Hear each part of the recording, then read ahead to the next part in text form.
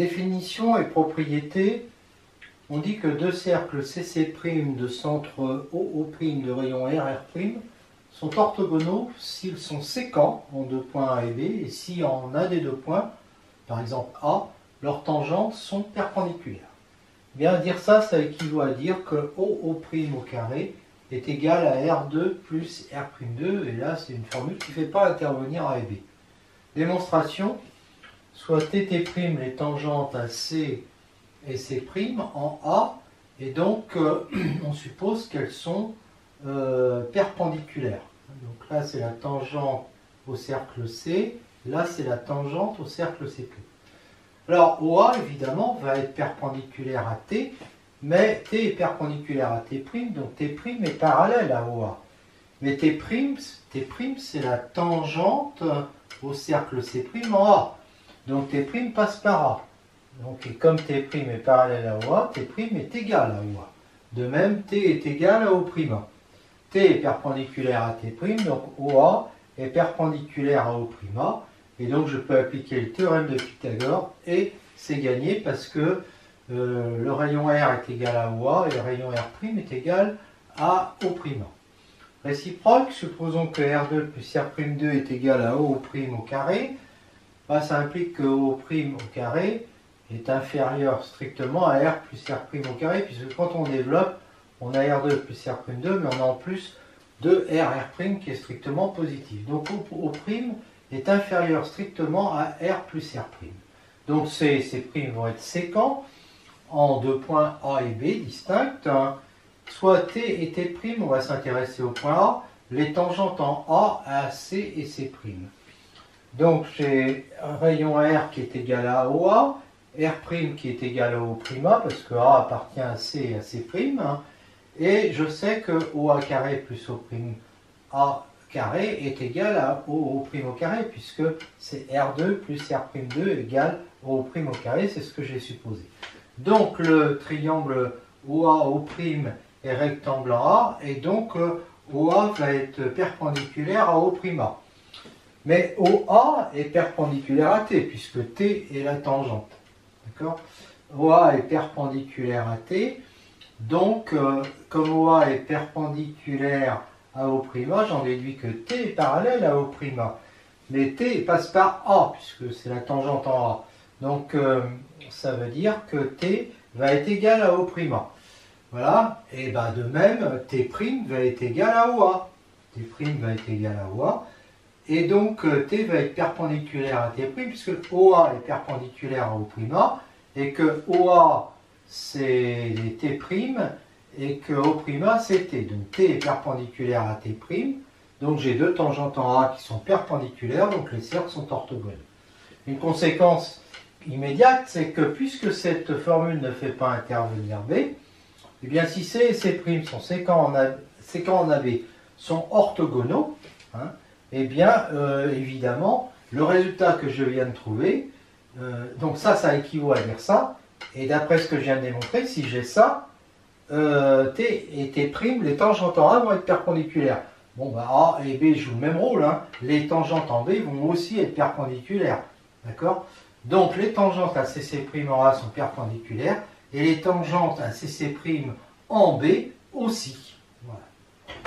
Analytiquement, ça donne quoi? Eh bien, si je me donne un cercle avec son équation normale, un cercle C' avec son équation normale en supposant A2 plus B2 supérieur à C, A'2 plus B'2 supérieur à C', parce que le rayon R du premier, c'est racine carrée d'A2 plus B2 moins C, et du deuxième, racine carrée d'A'2 plus B'2 moins C'. On va retrouver d'ailleurs ça tout de suite. Ces C' sont orthogonaux si et seulement si on a 2AA' plus 2BB' égale C plus C'. Démonstration, je transforme ça avec les doubles produits, donc ça me fait ça, et là je vois apparaître rayon au carré, le rayon R c'est racine carrée d'A2 plus B2 moins C, qui est strictement positif, idem ici.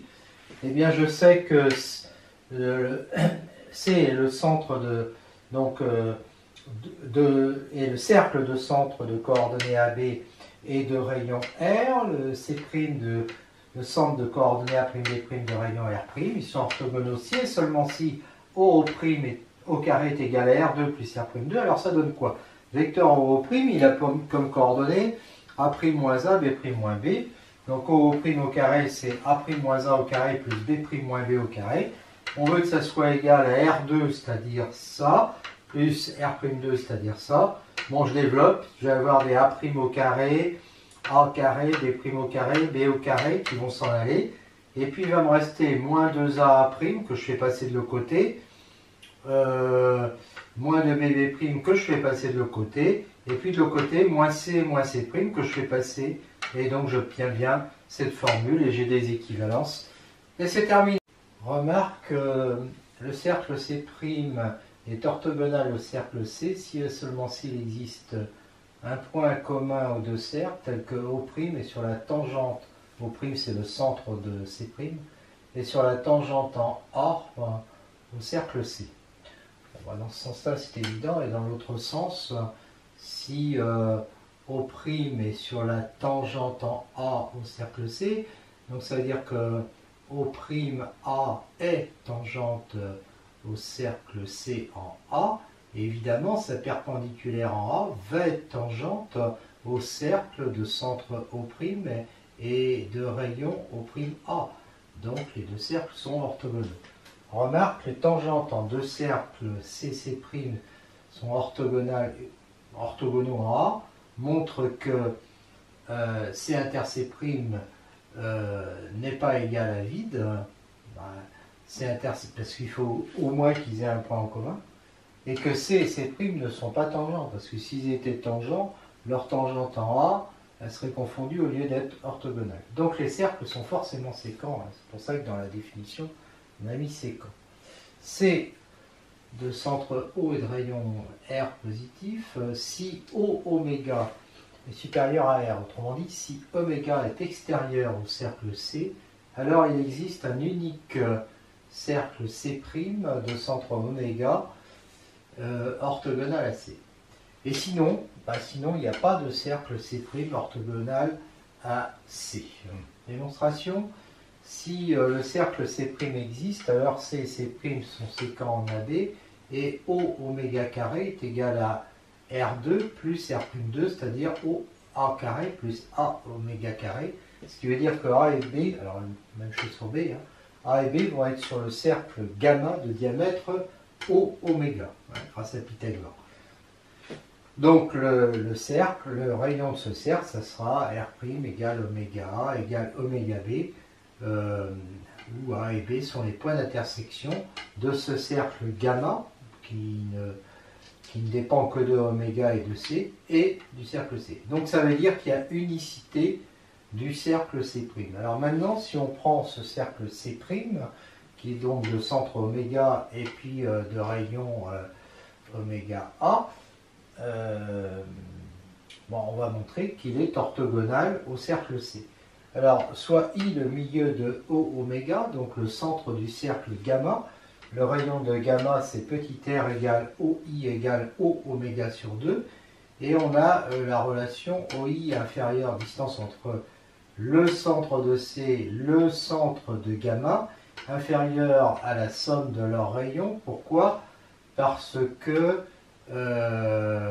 OI est bien inférieur strictement à OI, parce que petit r c'est OI, plus grand R. D'accord? Vu que 0 est inférieur à R. Donc ces deux cercles, gamma et C, sont bien séquents en A et B. Donc ils sont séquents en A et B, et comme A est sur le cercle de diamètre O oméga, on a ça. Et donc C et C' sont séquents en A et B, leurs tangentes en A sont perpendiculaires, donc C' et C sont orthogonaux. Voilà. Et si O oméga est inférieur ou égal à R, si O oméga est égal à R, la relation ici va donner que R' égale 0. Hein, donc on ne veut pas ici d'un cercle point, parce que la tangente en un cercle point, il y en a une infinité. Et puis O oméga est inférieur à R, ça implique que oméga est à l'intérieur de C. On aurait pu d'ailleurs expliquer comme ça. Hein, est à l'intérieur de C. Donc il ne peut pas être sur une tangente au cercle C, donc ils ne peuvent pas, ces primes, être orthogonaux.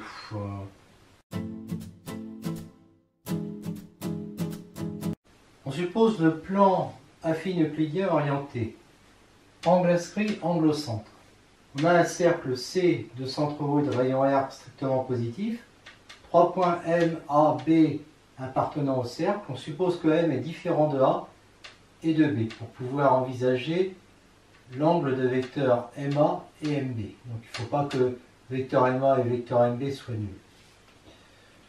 Pour vecteur OA et vecteur OB, on n'a pas de problème parce que O est le centre du cercle, donc il ne coïncide pas ni avec B ni avec A. L'angle MA-MB est appelé un angle inscrit et l'angle OA-OB, donc ce sont des angles de vecteurs orientés, est un angle au centre. Alors, ça c'est une classe du point de vue angle, mais là je mélange la notion de classe et de représentant à 2 capi près. Représentant en radian. AB, segment AB, étant un diamètre du cercle COR, et C appartenant à ce cercle, C différent de A, c'est ce dessin-là. Alors, l'angle de vecteur OBOC, cet angle-là, est égal au double de l'angle de vecteur ABAC. Cet angle-là fait le double de celui-là. Et donc ça, si on prend un représentant du vecteur, donc en radian, et puis une mesure en radian, et ici une mesure en radian, c'est une égalité qui s'écrit à 2 capi près. Donc en divisant par 2, on obtient celle-là. Mesure de l'angle ABAC est égale à 1/2 de mesure de l'angle OBOC. Donc là, on prend des mesures quelconques en radian, plus capi. D'accord? À ce moment-là, c'est une égalité à capi près. Démonstration, considère delta, la médiatrice de AC. O appartient à delta parce que OA est égal à OC égale rayon du cercle. A est envoyé en C, C envoyé en A dans la symétrie, et O est envoyé en O. Donc AC est envoyé en CA et AO est envoyé en CO.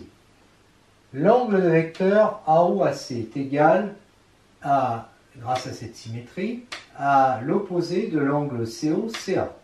Donc ça c'est à 2 pi près. Hein. Et, enfin c'est modulo 2 pi. Et ABAC est égal, alors AB c'est 2 AOAC, donc c'est pareil que l'angle AOAC. L'angle AOAC qui est égal à moins COCA, c'est-à-dire à CACO. Et CACO, en multipliant par moins 1, c'est pareil que ACOC. Alors, ça me fait ABAC est égal à ACOC, donc ACOAB plus ABOC. Donc ça fait l'opposé de ABAC. Ça, c'est 2 OBOC. Et donc là, j'obtiens que ça fait moins ABAC plus l'angle OBOC. Donc en faisant passer celui-là de l'autre côté, j'obtiens que l'angle OBOC est égal à 2 fois l'angle ABAC modulo 2 pi, ce qui se traduit, si je considère des mesures, par cette égalité, et en divisant par 2 par cette égalité.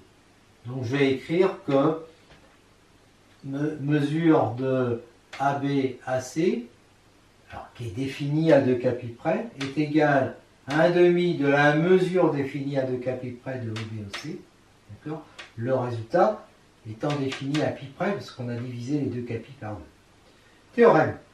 Si M, A et B sont sur le cercle, que M est différent de A et de B, toujours pour pouvoir envisager les vecteurs MA et MB, hein, alors, vecteur OA, angle de vecteur OA, OB, alors ici sur ce dessin ce serait celui-là, angle OA-OB, celui-là, va être égal au double de l'angle MA-MB.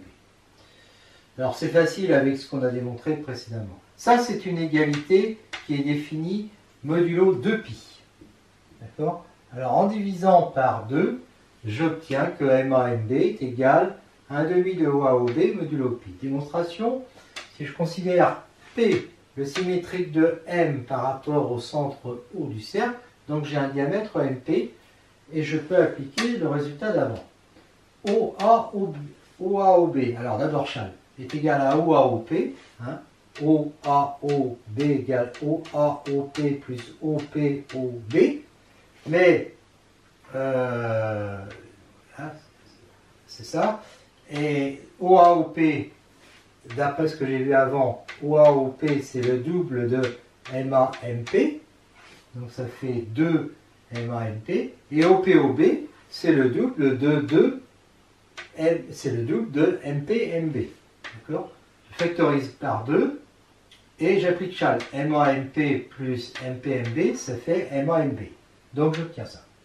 Ça c'est défini à 2 capi près. En divisant par 2, je vais obtenir MAMB, l'angle de vecteur MAMB, donc défini à 2 capi près, est égal à 1/2 de l'angle OAOB plus capi, quand on prend des mesures à 2 capi près.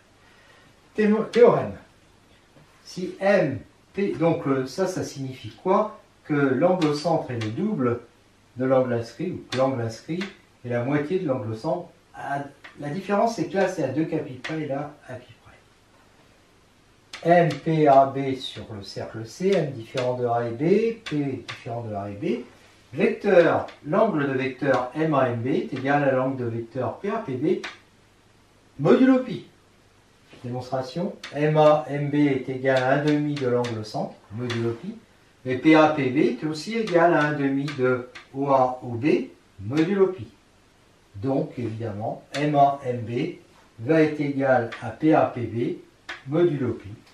Donc là, quand on prend deux angles inscrits dans le cercle, eh bien, ils fournissent deux angles de vecteurs qui sont égaux modulo pi. Je précise la propriété qu'on a démontrée.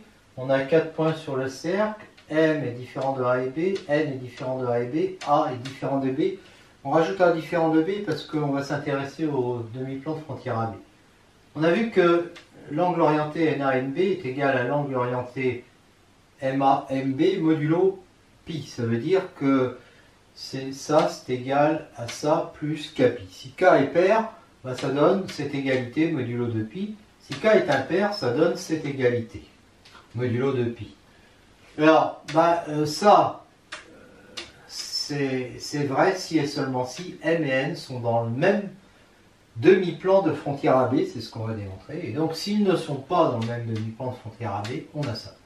Par exemple, sur un dessin, là, j'ai pas mis M du même côté que AB, mais on verrait facilement que les deux angles sont égaux, alors que là, l'angle NANB, c'est ça, puis on voit bien que MANB, il faut faire cet angle-là, plus pi. Alors, démonstration, M et AB ne sont pas alignés, donc B égale vecteur AB, vecteur MA est une base, et dans cette base, le vecteur NA va s'écrire XAB plus YMA. J'appelle PM le demi-plan de frontière AB contenant M. De cette égalité, j'ai AN égale moins XAB plus YAM. Et donc, je vois facilement que N est dans le même demi-plan que M, si et seulement si Y est positif, bien sûr. Y ne peut pas être nul parce que si Y était nul, on aurait AN égale XAB. Or, les ANB ne sont pas alignés. Alors, je m'intéresse au déterminant de NANB dans la base B. Il est égal au déterminant de NA, et là je fais Chasles NA plus AB. Ça va me faire déterminant de NA plus déterminant de NAAB. Ça, c'est la linéarité du déterminant. Comme déterminant de NA, ça fait 0, j'obtiens déterminant de NAAB. Alors, NA, je vais le remplacer par XAB plus YMA. Et puis AB, je le laisse. Mais là, je sépare en deux. Ça fait déterminant de XAB, AB. Bon, ça, comme les vecteurs sont collinaires, ça fera 0. Plus déterminant de YMA, AB, et je peux sortir le Y, donc ça fait Y déterminant de MA AB. D est égal à Y déterminant dans B de MA, et là je peux dire que AB c'est MB moins MA. Je sépare encore en deux, ça fait MA, MB, MA moins MA. Déterminant de MA, MA il fait 0, donc il va me rester Y déterminant dans B de MA, MB. Soit B0 maintenant est une base orthonormée directe, parce que j'ai besoin de m'intéresser au sinus de l'angle MAMB dans B0. J'ai cette formule, c'est le déterminant dans B0 de MAMB sur longueur MA fois longueur MB. Donc ça fait 1 sur MAMB. Et ce déterminant, je peux dire que c'est le déterminant dans B de MAMB multiplié par déterminant de B dans B0. D'accord? Que j'appelle lambda. Donc ça fait 1 sur MAMB fois lambda fois déterminant dans B de MAMB. De même, le sinus de NAMB dans B0 va être égal à lambda sur NAMB, déterminant dans B de NAMB. Et là, je peux remplacer ça par Y, déterminant dans B de MAMB sur NA fois NB. Alors, on sait déjà que NANB est égal à MAMB modulo pi. Donc, ces deux angles, ils ont déjà le même cosinus. En fait, pour qu'ils soient égaux modulo 2pi, il suffit qu'ils aient le même sinus. Pour le moment, on sait juste qu'ils ont des sinus égaux en valeur absolue. Donc, ce qui va faire que leurs sinus seront égaux, c'est qu'ils auront le même signe. Donc, on a cette égalité si et seulement si les sinus dans B0 de ces deux angles ont le même signe. Or, quand je regarde cette formule, il y a un sinus qui est égal à ça. Il y a l'autre qui est égal à ça. Ce qui rend les signes éventuellement différents, c'est le Y. D'accord? Donc, ils auront le même signe si et seulement si Y est strictement positif. Ce qui équivaut à dire que N appartient à Pm. Et donc, la propriété est démontrée. Alors maintenant, on va rajouter une propriété avec la tangente. MAB sur le cercle, T, la tangente en A. Je prends un vecteur directeur T quelconque sur la tangente. Alors, l'angle orienté OA ou B est égal à l'angle à 2 fois l'angle TAB, modulo 2pi. L'angle TAB est égal à 1,5 de l'angle OA ou B, modulo B. Donc, je rajoute un point M. MAMB qui va être égal à TAB modulo pi. Et l'angle des droites MAMB va être égal à l'angle de la droite T avec la droite AB modulo P. Cette propriété, en fait,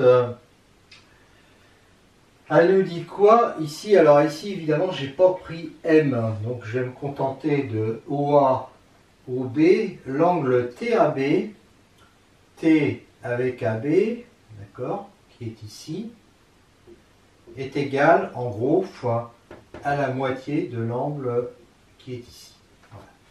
Alors, comment démontrer ça? Alors, modulo pi. Eh bien, on sait que OA est égal à OB. Donc, alors le dessin n'est pas terrible. Hein. Donc, O est sur la médiatrice de AB. Et on a des symétries. Hein. Donc, A et B sont symétriques par rapport à delta. La médiatrice de AB, j'appelle delta. Et O a pour symétrique O, bien sûr. Donc, vecteur OA a pour symétrique vecteur OB et vecteur AB pour symétrique vecteur BA. Donc, l'angle OA AB, par symétrie, ça va être cet angle-là. Ben non, ça va être son opposé puisqu'on fait une symétrie. Et donc, ça fait l'angle BAOB. Et BAOB, je vais dire que c'est l'angle BAOA plus OAOB, c'est-à-dire j'applique Chal. Hein. Et ça fait moins OABA plus OAOB. Et OABA, donc ça fait moins.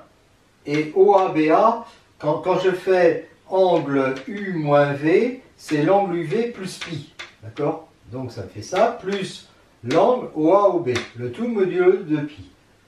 Donc, en faisant passer ça de l'autre côté, j'obtiens que 2 fois l'angle OAB va être égal à moins pi plus OAOB. Alors, moins pi c'est pareil que plus pi modulo de pi. Donc, ça fait pi plus 2 pi. Donc, OAOB en AB en divisant par 2, ça fait pi sur 2 plus 1,5 de OAOB plus kpi. L'angle TAB est égal à l'angle TOA, c'est Chal plus l'angle OAAB. Et l'angle OA-AB, pas du tout. L'angle, alors, qu'est-ce que j'ai dit? TOA plus OA-AB. TOA, TOA, comme OA est orthogonal à T, TOA, il fait plus ou moins pi sur 2. Enfin, il fait pi sur 2 plus kpi, quoi, on va dire. Donc, il fait pi sur 2 plus npi, plus OA-AB. Hein, d'accord, donc TAB est égal à ça. Et OA-AB, j'ai dit que c'était pi sur 2 plus 1 demi de OA OB plus kpi. Donc au total, j'obtiens pi plus npi plus kpi. Donc j'obtiens 1 demi de OA OB plus kpi. Voilà. Plus pi. Oui, mais le pi, ça fait pi plus npi plus kpi. Donc ça fait du kpi. Donc ça me fait que OA-OB est égal, alors si j'obtiens ça, c'est TAB qui est égal à 1 demi de OA-OB plus kpi en multipliant par 2, ça fait 2TAB est égal à OA-OB modulo 2pi. Voilà. Alors donc là, en fait, à ce stade-là, j'ai démontré ça, ça. D'accord? Maintenant, si je considère un point M, je sais que MA-MB sur le cercle, donc M, est égal à 1 demi de OA ou B modulo pi. Donc ici, comme celui-là est égal à ça, MAMB va être égal à TAB modulo pi. Bon, après, je passe aux angles de droite, qui sont définis à partir des angles de vecteurs. Modulo pi, donc ça va donner l'angle de droite qui est égal à l'angle de droite. Mais tout cela, modulo pi, c'est gagné. Je fais un rappel très rapide sur le centre circonscrit à un triangle. J'ai fait un chapitre là-dessus, je vous invite à vous y reporter, mais bon, ça c'est suffisant pour ce que j'ai à faire après. Donc quand on a 3 points ABC non alignés du plan affine euclidien, il existe un unique cercle C passant par A, B et C, on l'appelle cercle circonscrit au triangle ABC. Les 3 médiatrices des côtés du triangle ABC sont concurrentes en O, centre du cercle C. Démonstration, je considère la médiatrice delta A et la médiatrice donc delta A de BC, la médiatrice delta C de AB, et je dis qu'elles ne sont pas parallèles, parce que si delta A était parallèle à delta C, comme delta A est perpendiculaire à BC, j'aurais delta C perpendiculaire à BC, mais delta C est déjà perpendiculaire à AB, voilà. Donc ça voudrait dire que AB serait parallèle à BC, ce qui n'est pas possible parce que les points ne sont pas alignés. Donc delta A, delta C sont séquentes en O. Si un cercle C de centre oméga de rayon R passait par ABC, passe par ABC, alors on a oméga égale oméga B égale oméga C. Donc oméga sera équidistant de A et de B et de B et de C. Donc il est sur les deux médiatrices delta A, delta C qui sont séquentes en O. Donc oméga est égal à O et le rayon est égal à oméga A, puisqu'il doit passer par A ce cercle, et donc ça fait OA. Et donc j'ai bien unicité du centre, le centre c'est le point d'intersection de delta A et delta C, et puis unicité du rayon.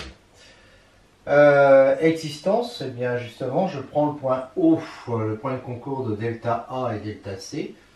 Eh bien O appartient à delta A, donc est équidistant de B et de C, où B égale au C, et il appartient à delta C, donc équidistant de A et de B, d'accord, de A et de B, et puis oui c'est ça, delta C. Donc, donc puisque OA est égal à OB et que OB est égal à OC, ça fait OA égale OC. Donc O est équidistant de A et C, donc il appartient à la médiatrice delta B de AC. Donc les 3 médiatrices sont concurrentes en O. De plus, comme OA égale OB est égal à OC, je vois que O est équidistant de ABC, et donc ça veut dire que le cercle de centre O et de rayon OA, c'est celui que j'avais trouvé tout à l'heure, passe bien par ABC, et donc on a existence et unicité.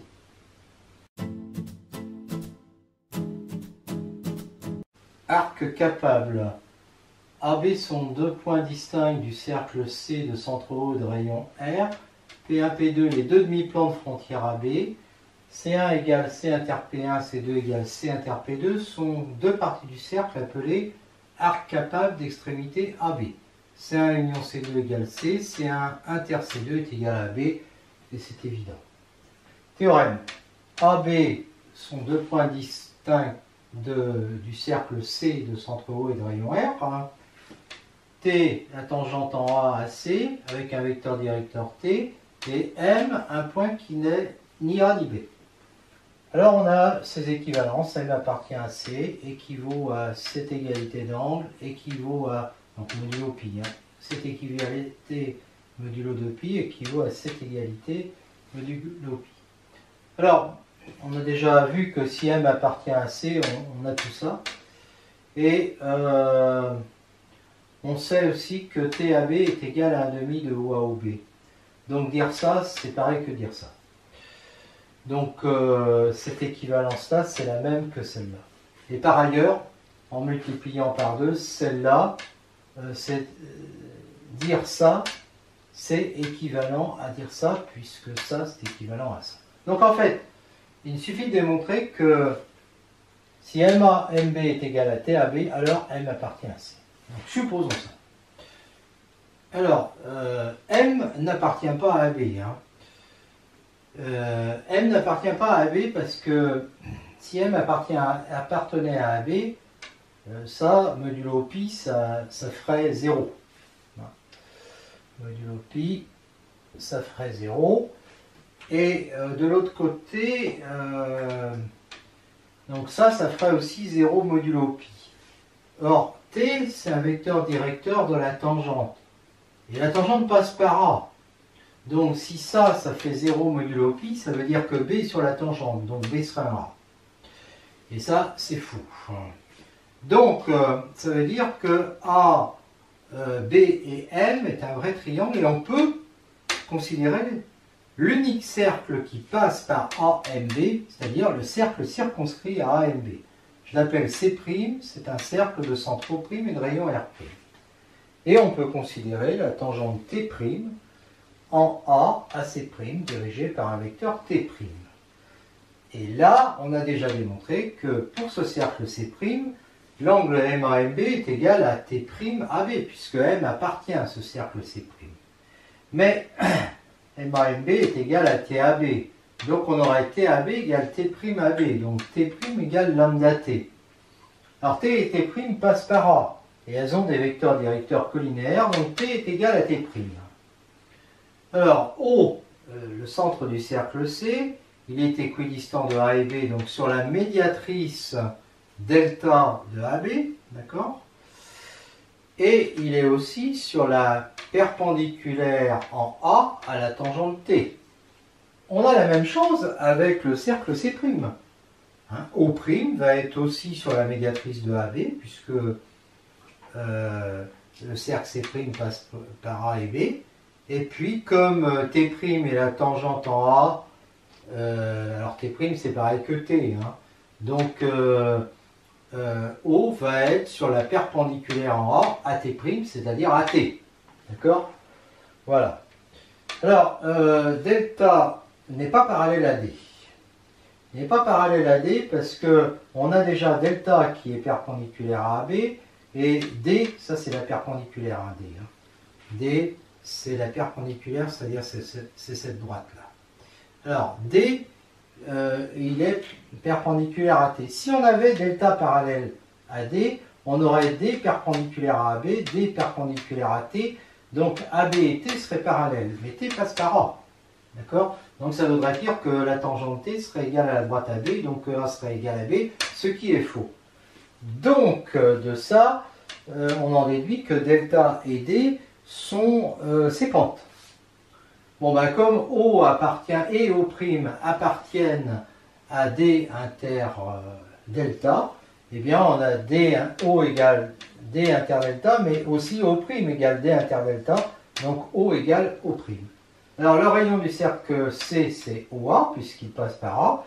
Le rayon du cercle C', c'est O'A, puisqu'il passe par A, mais O'A, ça fait OA. Et donc R' est égal à R. Ils ont le même centre, ils ont le même rayon, donc le cercle C et le cercle C'. Le point M appartenait au cercle C', donc il appartient au cercle C. Définition point cocyclique. On dit que n points 2 à 2 distincts sont cocycliques s'il existe un cercle passant par ces n points. Deux points sont toujours cocycliques et il y a une infinité de cercles qui passent par deux points. Les centres sont forcément sur la médiatrice de AB. Hein. Donc on prend n'importe quel point sur cette médiatrice delta de AB et à ce moment-là, C de centre O et de rayon OA passe par B aussi, puisque OA est égal à OB. Donc on a une infinité de cercles. Bon, un point, ça ne sert à rien, évidemment. Trois points non alignés sont toujours cocycliques, et on sait que le cercle circonscrit est l'unique cercle qui passe par ABC.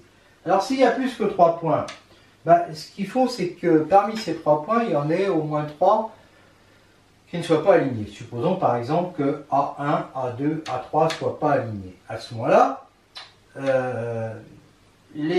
on sait qu'il y a un unique cercle qui passe par A1, A2, A3, c'est le cercle circonscrit A1, A2, A3. Donc A1 jusqu'à AN vont être cocycliques, si et seulement si les points suivants, c'est-à-dire A4, A5 jusqu'à AN, appartiennent à ce cercle circonscrit à A1, A2, A3. Théorème, on a 4 points ABMN 2 à 2 distincts, tels que ABM ne soient pas alignés. Alors ABMN sont cocycliques si et seulement si l'angle de vecteur orienté, donc MAMB, est égal à l'angle NAMB modulo pi. Donc ça veut dire que ça est égal à ça plus Kpi. Démonstration. On appelle C le cercle circonscrit à ABM, puisqu'ils ne sont pas alignés. Alors MAMB, on sait, est égal à 1,5 de OA-OB modulo pi. On sait que N appartient à C si et seulement si NANB est égal à 1,5 de OA-OB modulo pi.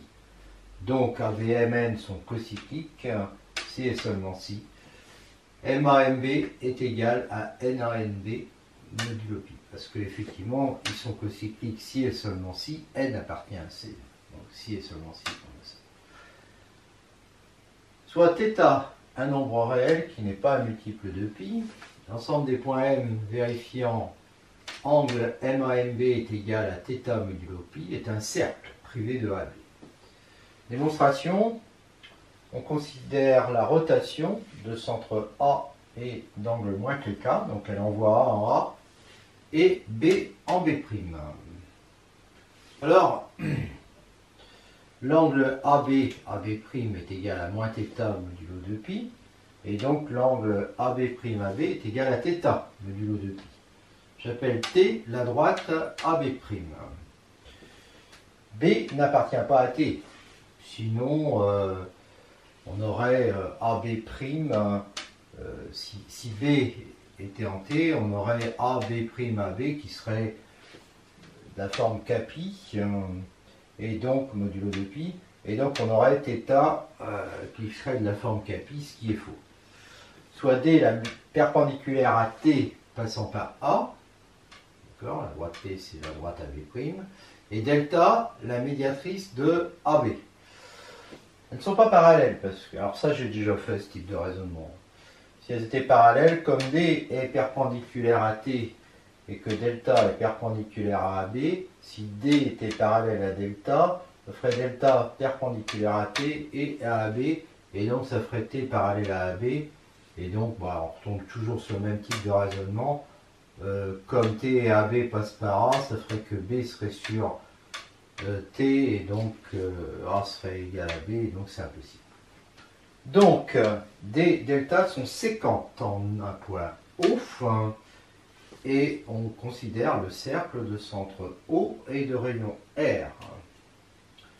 Et de rayon R qui sera égal à OA. Donc à OB, puisque O est équidistant de AB. Ça, c'est forcément non nul, parce que sinon, ça voudrait dire que A serait confondu avec O, et B serait confondu avec O, donc on aurait A égale B. T est la perpendiculaire à OA en A. T est la perpendiculaire à OA en A, qui appartient à ce cercle C. D'accord? Donc, T est la tangente en A au cercle C. Et de plus, je sais que vecteur AB', vecteur AB égale θ modulo 2π, j'appelle T ce vecteur AB' qui dirige T.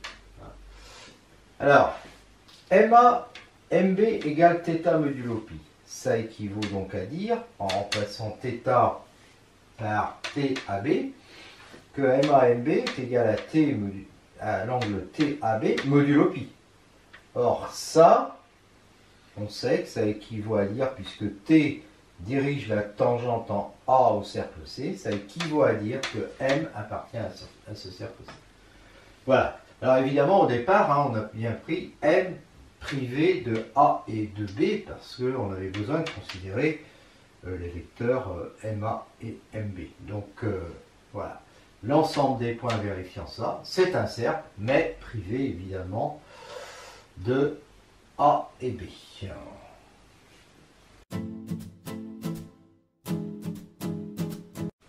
Théorème, si θ est un nombre réel différent de Κ et que A et B sont deux points distincts du plan affine euclidien, l'ensemble des points M du plan vérifiant angle MAMB est égal à θ modulo 2π est un arc capable d'extrémité AB.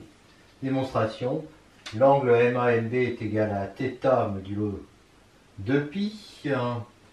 Ça implique qu'il est égal à θ plus 2Κ, donc à θ plus Κ, donc il est égal à θ modulo pi, et on sait que l'ensemble des points M tel que MAMB est égal à θ modulo pi est un cercle privé de A et B. Donc forcément, M va appartenir à ce cercle, et sur ce cercle, on a soit MAMB qui est égal à θ modulo 2π, soit MAMB qui est égal à θ plus pi modulo 2π. Ça donne une partie du cercle qu'on a appelé arc capable C1, et d'extrémité A et B, à chaque fois, et là, arc capable C2, d'extrémité A et B. Eh bien, MAMB égale θ modulo 2π implique donc que M appartient à C1, privé évidemment de A et B. Et réciproquement, si M appartient à C1 privé de A et B, on est dans ce cas-là, eh bien, on a MAMB qui est égal à θ modulo 2π, puisqu'il appartient à C1, et donc on a bien ça. Interprétation complexe. On identifie le plan affine euclidien orienté, donc muni d'une base orthonormée directe, au plan complexe C, et on se donne 4 points A, B, M1, M2, d'affixe A, B, Z1, Z2, tels que 3 quelconques de ces 4 points ne soient jamais alignés. Alors, donc pas alignés et donc pas égaux non plus. Donc deux quelconques ne peuvent pas être égaux. Donc AB, M1, M2 sont cocycliques si et seulement si on a ce produit-là qui appartient à R. Il est à noter qu'il n'y a pas de 0 là. B n'est pas égal à Z1, A n'est pas égal à Z1, A n'est pas égal à Z2, B moins... D'accord, donc c'est parfaitement défini. En fait, j'aurais pu mettre qu'il appartenait à R étoile. Alors ça correspond à un birapport AB, Z1, Z2. Plus exactement, c'est l'inverse du birapport. Mais ça, parce que le birapport de A, B, Z1, Z2, c'est A moins Z1 divisé par A moins Z2 divisé par B moins Z1 divisé sur B moins Z2. Et ça équivaut aussi, si ça appartient à R, ça équivaut à dire que ça appartient à R. Alors, l'angle M1A, M1B est égal. Alors, je prends l'angle par rapport à l'axe des abscisses du plan complexe, donc du plan, là. Et ça fait faire OX M1B moins OX M1A, ça s'échale. Et donc, ça fait argument de B moins Z1 moins argument de A moins Z1. Donc, ça fait argument de B moins Z1 sur A moins Z1, modulo 2π. De la même façon, l'angle M2A, M2B est égal à argument de B moins Z2 sur A moins Z2 modulo 2π. Donc, argument de M1A moins M1B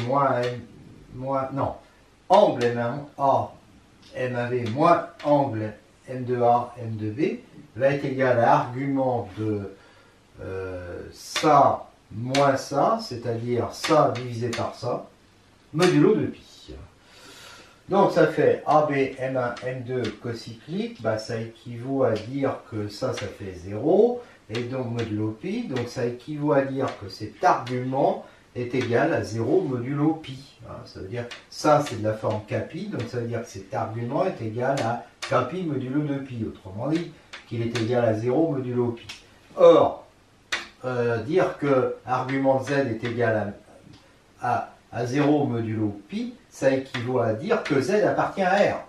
Autrement dit que ça, c'est un nombre réel. Et la